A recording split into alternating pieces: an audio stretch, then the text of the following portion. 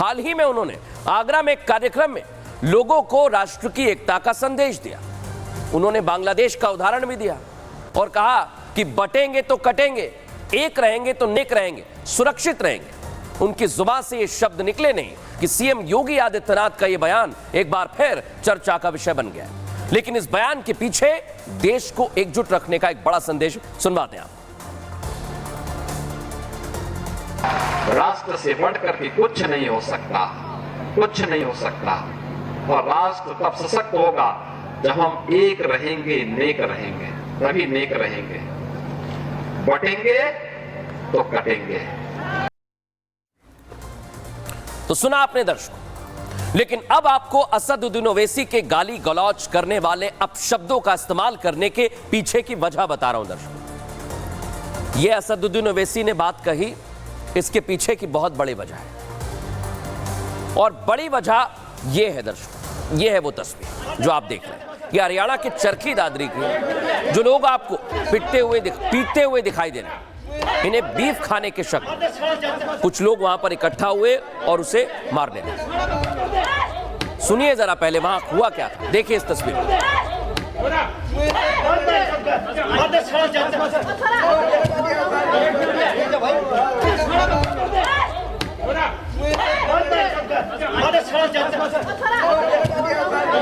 यही वो तस्वीर है दर्शकों जो मैं आपको दिखा रहा हूं, यही वो तस्वीर है।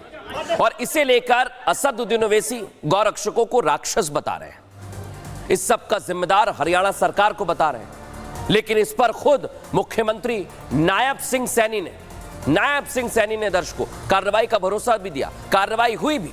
लेकिन असदुद्दीन ओवैसी ये नफरती बोल क्यों बोल रहे हैं? भारतीय जनता पार्टी सवाल पूछ रही है। क्या कह रहे राकेश त्रिपाठी, सुनवाते हैं आप। गौरक्षा एक बहुत पवित्र कर्तव्य है और गौरक्षकों के नाम पर अगर किसी ने फर्जीवाड़ा किया है, किसी ने कानून तोड़ा है, किसी ने अपराध किया है, तो उसकी आलोचना की जानी चाहिए। देश के प्रधानमंत्री ने भी आलोचना की। लेकिन असदुद्दीन ओवैसी इस आड़ में जानबूझ करके गौरक्षा जैसे पवित्र कर्तव्य पर उंगली उठाने का काम कर रहे हैं। ये बहुत दुर्भाग्यपूर्ण है। और अब दर्शकों हमारी अगली खबर है। जैसा मैंने आपको बताया कि मदरसे पर योगी आदित्यनाथ कार्रवाई करने वाले हैं, उस मदरसे पर जहां नकली नोट का जखीरा मिला था। लेकिन अब आपको पता है दर्शकों, वहां पर एक कट्टर किताब का खुलासा हो गया है और अब बाबा पूरा हिसाब करने की तैयारी में है। क्या है खबर, आइए जरा आपको बताता हूं। आगे बढ़े दर्शकों, इस खबर पर आए उससे पहले आज दो सवाल आपके सामने रख देते हैं। दोनों ही सवाल बड़े महत्वपूर्ण है, दोनों ही सवाल देश के लिए जरूरी भी है। दोनों ही सवाल में उन शख्सियतों से आज पूछना चाहता हूं जो अभी तक उत्तर प्रदेश के मुख्यमंत्री योगी आदित्यनाथ के हर फैसले पर सवाल उठाते आए हैं। पहले में वो शख्सियत कौन सी है, किस तरह से वो बार बार सवाल उठाती हैं, भारतीय सियासत का बड़ा चेहरा रही है। आइए जरा आपको दिखा देता हूं। यही है वो दो शख्सियत, असदुद्दीन ओवैसी AIMIM चीफ और दूसरे हैं समाजवादी पार्टी के अध्यक्ष अखिलेश यादव। लेकिन आप समझिए कि मैं क्यों इनकी तस्वीर दिखा रहा हूं, क्योंकि आज जो मदरसे से खबर आई उसी को लेकर पहले सवाल उठाए गए और यहीं से सवाल उठते आए हैं दर्शकों। लेकिन आप सोचिए दर्शकों, ये दोनों माननीय सीएम योगी का कोई भी फैसला होता है, कोई बयान होता है, तो सबसे पहले अपनी प्रतिक्रिया देते हैं, उन्हें कोसने की रेस में आगे लग जाते हैं।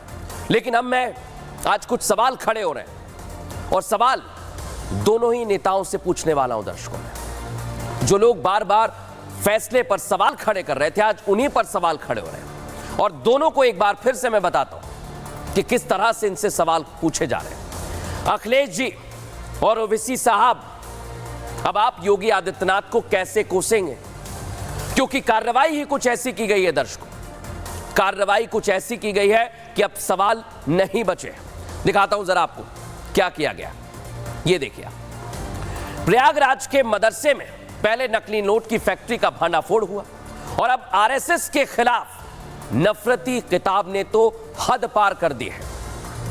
ओवैसी साहब से आज सवाल पूछ रहे हैं। पहला सवाल, आप ही हैं जो आज तक बोलते आए थे कि मदरसे हजारों सालों से मोहब्बत की तहजीब है, तो अब आप प्रयागराज के इस मदरसे को देख लीजिए और बताइए कि यहां कौन सी मोहब्बत की तहजीब सिखाई जा रही थी दर्शकों, क्योंकि इसकी एक्स-रे रिपोर्ट आपको बताऊंगा तो आप चौंक जाएंगे। अब दूसरा सवाल अखिलेश यादव से है। अखिलेश यादव जी, आप भी योगी आदित्यनाथ के हर फैसले में खोट निकालते हैं और मदरसे के सर्वे को धार्मिक आस्था पर आप ही ने चोट बताया था। अब आप सोचिए, जो नफरती एजेंडा मदरसे में चल रहा था, बच्चों में तालीम भरने जैसा नेक काम उन्हें करना चाहिए था, लेकिन वो उनके दिमाग में जहर भर रहे थे। इस पर आपकी राय क्या है दर्शकों? सोच लीजिए दर्शकों, सियासत भले ही हो रही है, लेकिन मदरसे में कट्टरता का एक बहुत बड़ा साहित्य बरामद हुआ है जो कई सवाल खड़े कर रहा है। देखिए हमारी इस रिपोर्ट में।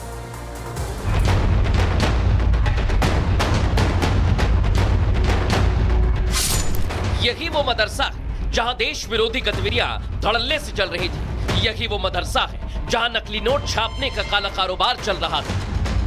यूपी के प्रयागराज का यही वो मदरसा है जहां जिहादी मानसिकता फल फूल रही थी। जिहादी मानसिकता को छोटे छोटे बच्चों के सहन में भरने का काम चल रहा था। प्रयागराज की जामिया बीबिया मदरसे में नकली नोट छापने का खुलासा हुआ तो जांच एजेंसियों ने पड़ताल शुरू की। इस दौरान पुलिस को मदरसे से एक नफरती किताब मिली। चौंकाने वाली बात यह कि किताब भी मदरसे के प्रिंसिपल मौलवी मोहम्मद तफसीर उल अफरीन के कमरे से बरामद हुई। इस जिहादी साहित्य में आरएसएस के खिलाफ भड़काऊ और आतंकी साजिशों से जुड़ी सामग्री मिली है। इस किताब में आरएसएस को देश का बड़ा आतंकी संगठन बता दिया गया। बड़े बड़े अक्षरों में लिखा गया, आरएसएस एक आतंकी संगठन। आरएसएस को आतंकवाद का वाहक बताया गया। और तो और राष्ट्रीय स्वयं सेवक संघ के कई आतंकी प्रशिक्षण केंद्र में है, इस जिहादी किताब में बताया गया। ये किताब कोई मामूली किताब नहीं, इससे मौलाना की जिहादी मानसिकता झलकती है। आरएसएस पर लिखी गई ये आपत्तिजनक किताब और तस्वीरें मिलने के बाद मामला और गंभीर हो गया। ये किताबें बताती हैं कि कितनी तेजी से मदरसे में पढ़ने वाले बच्चों का ब्रेन वॉश किया जा रहा था, कैसे बच्चों के जहन में जिहादी मानसिकता को जन्म दिया जा रहा था, कैसे उनके दिल और दिमाग में आरएसएस के खिलाफ नफरत पैदा की जा रही थी। मदरसे में चल रही अप्रिय गतिविधि के खिलाफ यह बड़ा खुलासा है। अब आप समझ गए होंगे दर्शकों कि कैसे ये देश के विरुद्ध बहुत बड़ी साजिश रची जा रही थी। इसके पहले भी हमने एक्सरे किया। ये साजिश कैसे बड़े स्तर पर अपने मंसूबों को छोटे छोटे मासूमों में भरने की थी, वो आप समझ गए होंगे। समझिए कैसे कितने बड़े लेवल पर जिहादी मानसिकता को पूरे देश में फैलाने का काम चल रहा था। दर्शकों बता रहा हूं आपको, सुन लीजिए, देश में कैसे जिहादी मानसिकता को फैला रहे हैं। जामिया हबीबिया मदरसे में देश के कई राज्यों के बच्चे पढ़ते हैं।